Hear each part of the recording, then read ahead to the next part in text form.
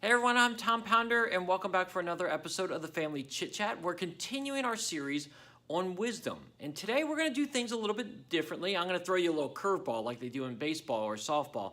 And today we're going to talk about just one verse. Actually, it's two verses. It's Proverbs 3, 5, and 6. Trust in the Lord with all your heart. Do not depend on your own understanding. In all your ways obey him. Then he will make your path smooth and straight.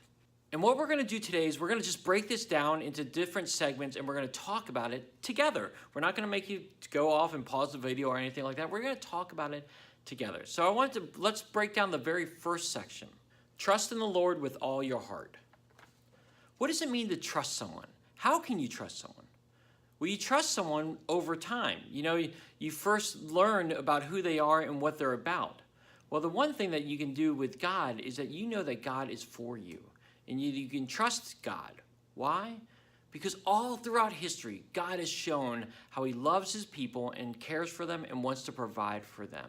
And he wants to provide for you as well. And so in many ways, we can trust God with all our heart. And what this passage is saying is for us to trust him with all we've got. So when things go bad at school or they're getting hard for you in your community or neighborhood, hey, we can trust God to help us out. Because God has helped people all throughout time. So I want to encourage you, trust God with all your heart. Second part is do not depend on your own understanding. All this means is that sometimes God works in ways that we don't understand and we can't even comprehend because it's bigger than us. God is so much bigger than us.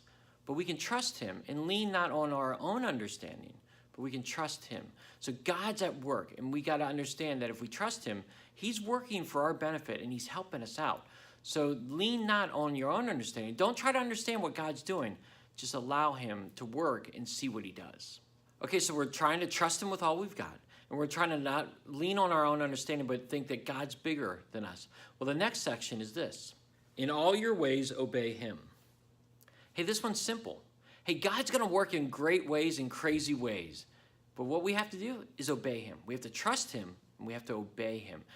Whatever way he provides for us, we have to obey it and rely on him to guide us through it. So obey God today.